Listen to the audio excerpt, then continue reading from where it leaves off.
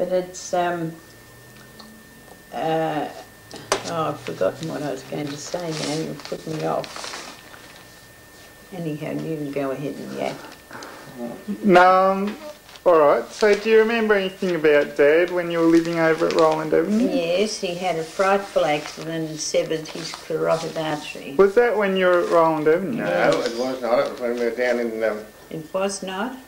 It was in Roland down Avenue. in Kilburn Street. No, well, But wasn't he only a young fellow when you were... Yes, he was. He was only... he had turned 18, it must have been 19. Yeah. But it was definitely in Roland Avenue. All right, he was 19. Well, anyway, what happened with this accident? Well, he was drunk. He had a car, a dreadful old car he bought because he got some kind of a job, and he went out with this boy that was underage for driving, and he got so drunk he couldn't drive, and it was a bench seat car, an old car.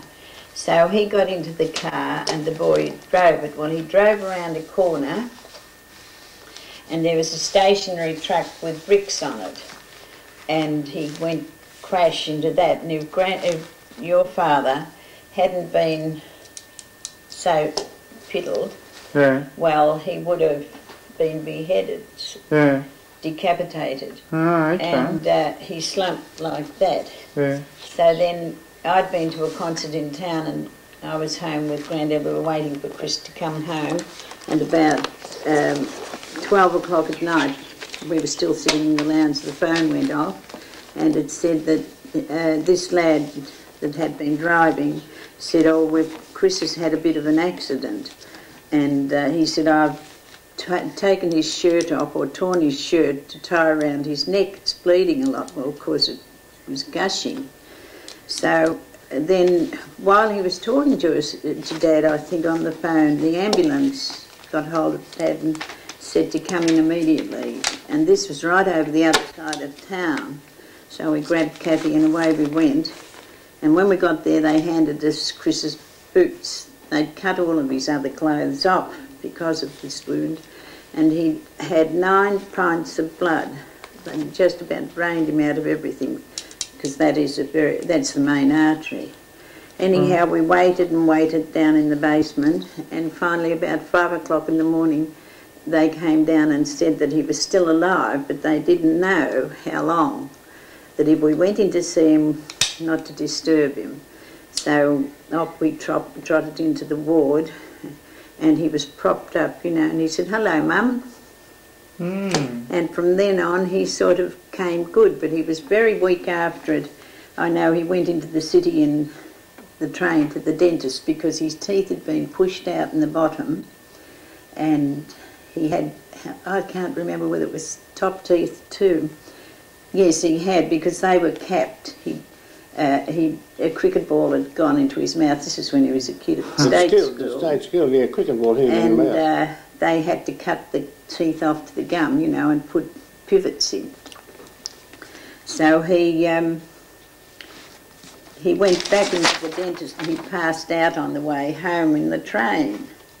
See, he was very weak. He didn't realise the loss of blood caused so much trouble. Granddad, you're putting a paper right in front of him. He doesn't want you to see me. So he was, anyhow, he came good.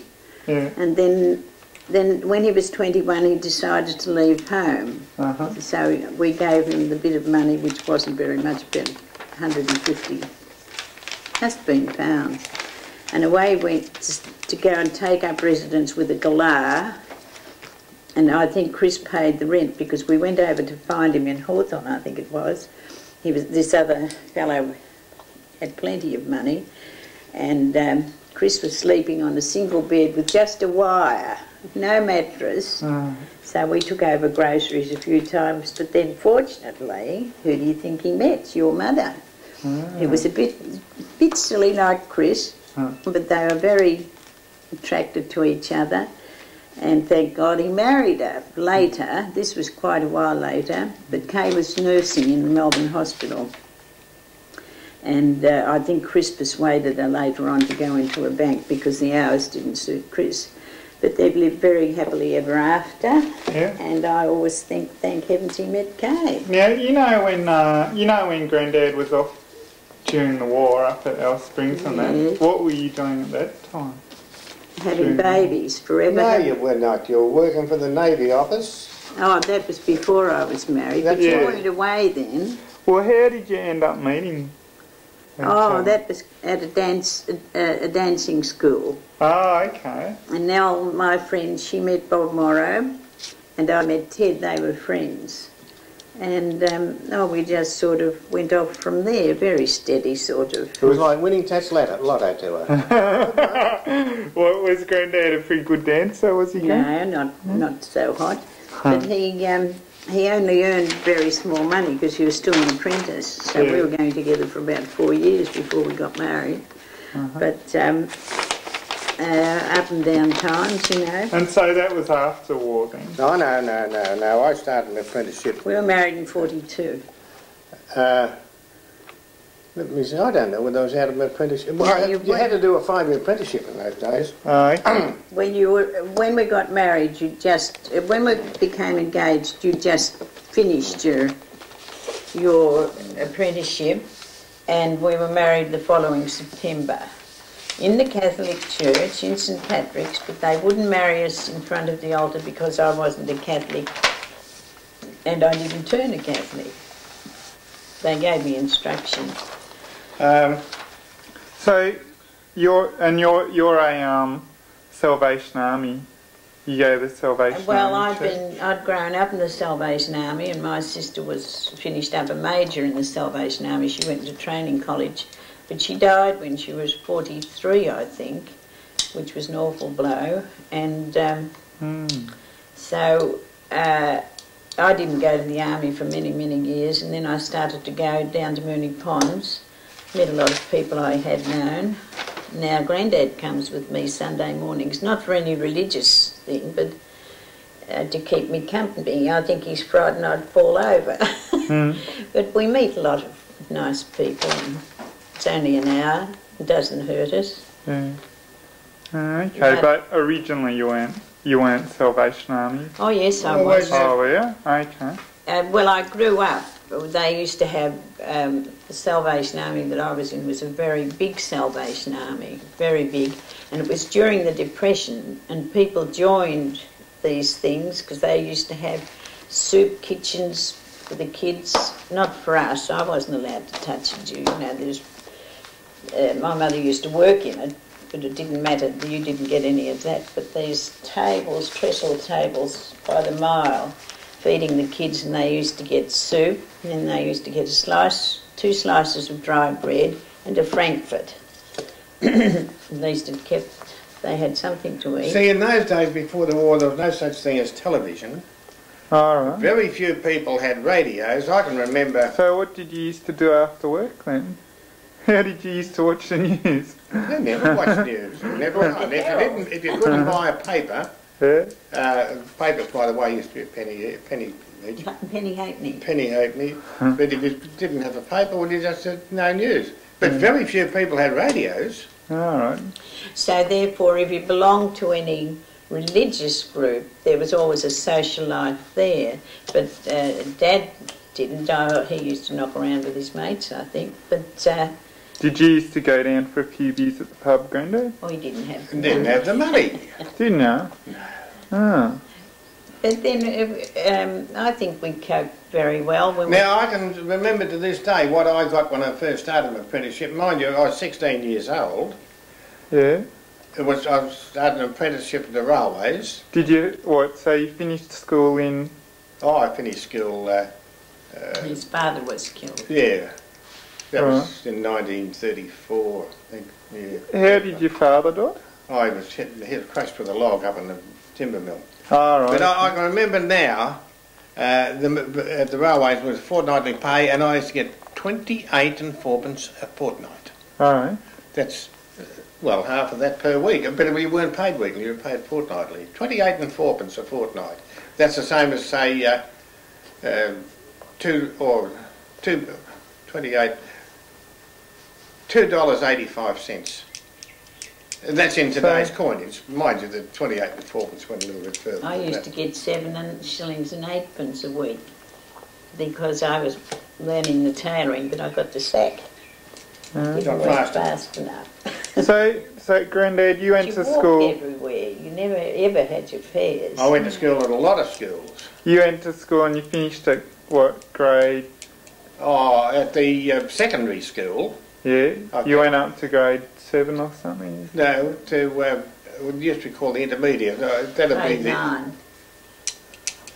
Oh, Year 9. alright. I don't know what that And is. so then you were 16 in Yeah. year 9, and then you. my father got killed, and I started work. There Right. again, there's a story attached to that. Yeah. 1934, there were not a lot of jobs about. I was 14 years of age, and now this could not happen anywhere. I might in some of the substandards. I started work at midnight on Christmas Eve. Midnight on Christmas Eve. 6 nights a week for £1 a week. Ah. $2. 6 nights, or the equivalent is $2. 6 nights, I was 14 years of age. It couldn't happen now because to start it was the Brunswick Ice and Coal Storage. Working in a factory, you could not, you couldn't work where moving machinery is. Yeah. And another thing, I mean, you're not permitted to do that, a junior. And another thing, you could not start work before you're 15 or something like that. Now, well, I was only 14. And I started work at midnight on Christmas Eve. Ah. And what sort of work was that doing? Oiling and greasing machinery. Right. At the Herald. No, not at that one. They didn't know. Where was that That at? was the Brunswick Ice and Coal Storage. Oh, okay. I left there and then started the apprenticeship at the railways. Oh. Oh, I never went to the Herald until just after the war. I was at the Herald for 36 years though. Yeah. And you got, is that the watch you got from them? Yeah, I got that 25, after 25 years service, and I've had it for 25 years. Excuse me, Grandma. I just want to test that this working. Can you just tell us what the names of all your grandchildren are? Yes. Danny. Daniel Thor. Yeah. Yeah. And Andrew. Oh, really? Oh, what's Andrew's other name? Ooh. Andrew. Luke. Luke, yeah. And Lana. I thought Lana only had one name. Just first names will do anyway. Lana. Yeah. What's your other name, Lana? Christine. Christine. Right. Yeah. Then I've got James, Joseph, Cataldo,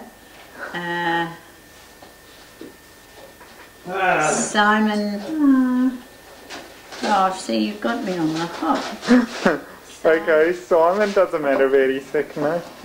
Who's the other one? Penelope Yep.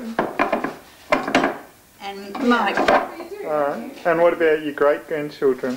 I haven't got any. Have I? And what about I'm hoping. what about your sons and daughters-in-law and sons-in-law? Oh yes, you didn't tell me. I can't fix that. Now I've only got one married one. Yeah. That's Danny and Kathy. No, your sons and daughters. Yeah. Like Chris, for instance. Well, Chris and Kay have got. Is this what you mean? Yeah. No. Chris and Kay, and then who's the other two? And Kathy and Frank. Yeah. Alright. Yeah. That should just be it to it then. And I'll they've just. got. One's got 4 children. Kathy and Frank have got 4, Yeah. and Chris and Kay have got 3. Yeah. No worries. Yeah. And That's it. hopefully we might have a. Yeah. Are you hoping you can have a great-grand? Oh, I hope so, but I mean. In a few years you might. In a few years you probably I will. hope not too bloody long because I'll be too old and I'll be. Won't be there. No, that depends on what the children do themselves.